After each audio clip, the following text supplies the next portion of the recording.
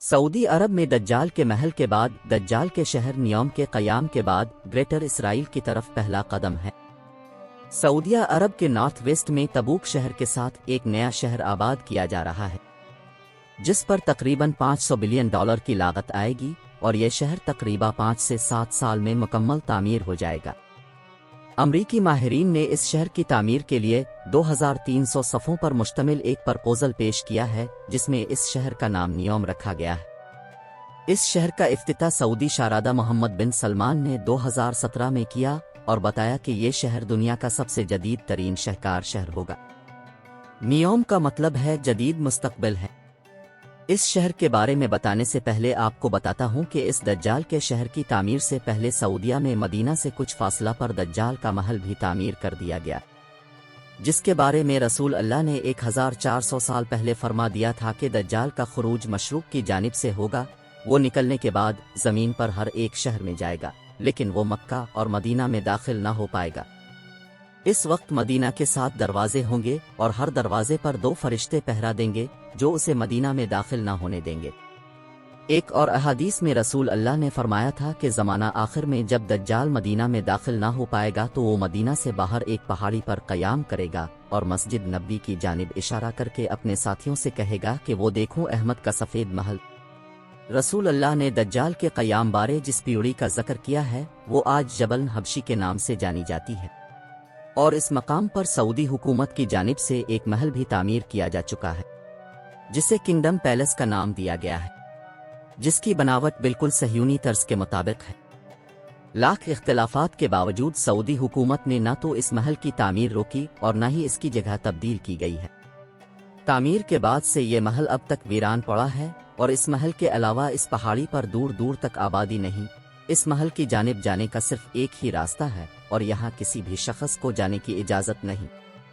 انہی وجوہات کی بنا پر لوگوں نے اس محل کو دجال محل کا نام دے رکھا ہے۔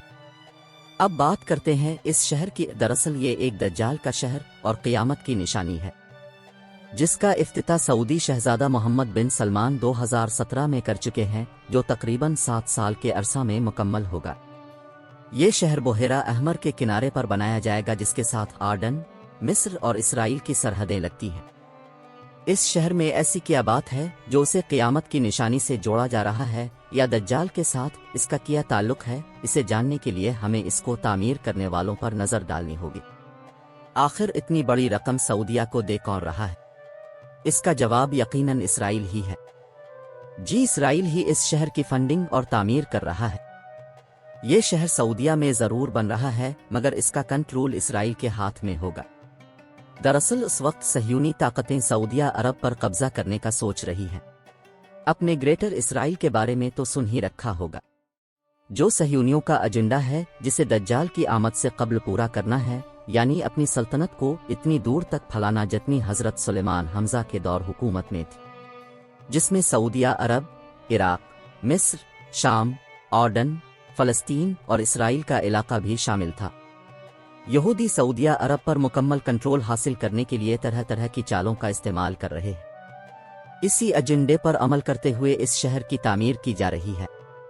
یہ شہر گریٹر اسرائیل کا اہم ترین شہر ہوگا، اور سب سے بڑی بات، اس شہر میں سعودیہ عرب کا کوئی قانون لاگو نہیں ہوگا۔ اس شہر کا افتتاح کرنے والے سعودیہ ولی عہد شہزادہ سلمان اس وقت صہیونیوں کی پالیسیوں پر عمل کر رہے ہیں، اور ان کے بارے میں یہ بات بھی مشہور ہے کہ وہ اپنے کام میں رکاوٹ بننے والوں کو قید کر دیتے ہیں یا قتل کر دیتے ہیں۔ جن سعودی عہدیداروں نے اس شہر کی پالیسیوں پر اعتراض کیا تھا وہ آج بھی قید خانوں میں ہیں۔ اس حجاز مقدس پر، جو ہمارے آقا رسول اللہ اور کئی نبیوں کی سرزمین ہے، پر ایسا شہر آباد ہو رہا ہے جہاں ڈانس کلب، شراب خانے، فحاشی کے اڈے اور تمام قسم کے مغربی کلچر کی مکمل آزادی ہوگی۔ عورتیں جیسا مرضی لباس پہن کر آزادی سے اس شہر میں گھوم سکتی ہیں۔ جو پابندیاں سعودیہ میں خواتین پر لگائی جاتی ہے، اس شہر میں خواتین کو ان کی مکمل آزادی ہوگی۔ اس شہر کی تعمیر کے بعد یہاں کوئی اسلامی قانون لاگو نہیں ہوگا، بلکہ یہ شہر اپنے قوانین میں بالکل آزاد ہوگا۔ یوں کہیں تو اس شہر کو سعودیہ کنٹرول نہیں کرے گا، بلکہ صہیونیوں کے کنٹرول میں ہوگا۔ اس شہر کی سب سے خاص بات یہ ہے کہ یہ شہر ٹیکنالوجی کا شاہکار ہوگا۔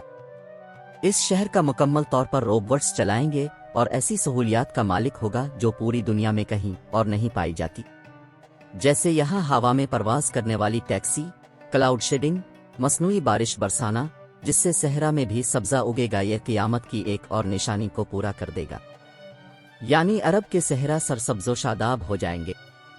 یہاں روبوٹس نوکر ہوں گے، مارشل آرٹس روبوٹس لڑائیاں ہوں گی۔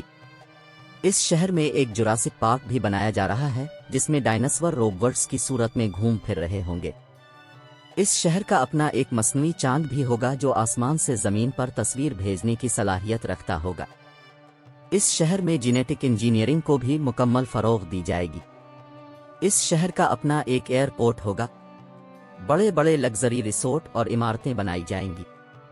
یہ شہر 10,200 اسکوائر میل کے رقبہ پر پھیلا ہوگا۔ اس شہر کو یہودی تجارت کا مرکز بنائیں گے اور ایسی پالیسیاں بنائیں گے جس سے وہ سعودیہ کی معیشت کو کنٹرول کر سکیں گے۔ اس شہر کے تعمیر کے بعد صہیونی سعودیہ عرب کے کافی حصہ پر کنٹرول بھی حاصل کر لیں گے۔ رہی بات سعودی بادشاہوں کی تو وہ اس وقت یہودیوں کے مکمل کنٹرول میں ہے۔ سعودی شاہی خاندار وہی السعود ہے جس نے خلافت عثمانیہ توڑنے میں یہود بنصار کے ساتھ بہترین کردار ادا کیا، جس پر انعام کے طور پر انہیں سعودیہ میں بادشاہی ملی۔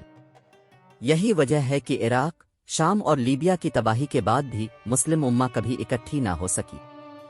الٹا سعودیہ نے اسلامی اطاعت کے نام پر اپنے ہی مسلمان بھائیوں یمنی مسلمانوں کا بھی قتل عام کیا۔ دوسری طرف سعودیہ نے قطر پر بھی یہی کہہ کر پابندیاں لگا دیں کہ یہ حماس کو سپورٹ کر رہا ہے۔ حماس وہ تحریک ہے جو فلسطین کی آزادی کے لیے لڑ رہی ہے۔ حالیہ پاک بھارت کشیدگی کے دوران بھی سعودیہ نے نہتے کشمیریوں کے حق میں بولنے کے بجائے ان کے قاتل مودی حکومت کو 75 ارب ڈالر کی امداد دے دی۔ ان سب حالات کو دیکھا جائے جہاں یہودیوں کے مظالم ہوں، یہودیوں کے ناجائز قبضہ ہوں یا فلسطینیوں کی بقا کی جنگ ہو، سعودیہ نے کھل کر اسرائیل کی ہی حمایت کی۔ اس کے علاوہ مشرق وسطی میں سعودیہ ایران جنگ کے بادل بھی منڈلا رہے ہیں اور آپ سبھی جانتے ہیں کہ دونوں جانب ایک دوسرے کے لیے شدید نفرت پائی جاتی ہے۔ جس وقت قطر نے ایران کا ساتھ دینے کا اعلان کیا، اس کے بعد سعودیہ نے قطر کے بائیکاٹ کا اعلان کر دیا۔ اس وقت تمام السعود و المسعود قطر کے خلاف میدان میں آ گئے، جن میں سعودیہ عرب، مصر، متحدہ عرب امارات سمیت دیگر عرب ریاستیں شامل ہیں۔ عرب بادشاہوں کی یہ سب اعمال اس بات کو ظاہر کرتے ہیں کہ یہ بادشاہیت پر بیٹھے صرف یہودیوں کی نوکری کر رہے ہیں۔ اب نہایت دلچسپ حقائق بتاتا ہوں کہ صہیونی جس سرزمین پر گریٹر اسرائیل بنانا چاہتے ہیں، اس میں 5 اسلامی ممالک آتے ہیں، جن میں مصر، آردن، شام، عراق اور ادھے سے زیادہ سعودیہ شامل ہے۔ یہ وہ علاقہ ہے جسے 7 سمندر لگتے ہیں۔ دجال کی آمد سے قبل صہیونی ان علاقوں پر قبضہ 2 صورت میں حاصل کرنا چاہتے تھے۔ پہلا یہ کہ یہ ممالک اسرائیل کے ساتھ معاہدہ کر لیں، جس میں ان ممالک کی پالیسی صہیونی چلائیں گے مگر حکومت اس ملک کی ہوگی۔ دوسری آپشن جنگ کی تھی۔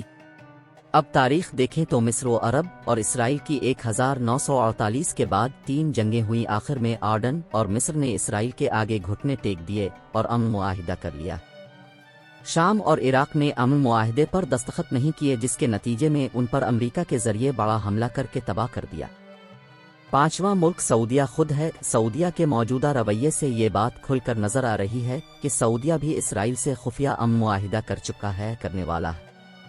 اگر آپ موجودہ حالات اور عرب بادشاہوں کی اسرائیل کی طرف بڑھتے قدموں پر نظر ڈالیں تو یہ بات ظاہر ہو جاتی ہے کہ جن علاقوں پر اسرائیل گریٹر اسرائیل بنانے جا رہا ہے، ان علاقوں پر کنٹرول اسرائیل کا ہی ہے، چاہے وہ عرب بادشاہوں کی شکل میں ہو یا امن معاہدہ کی شکل میں۔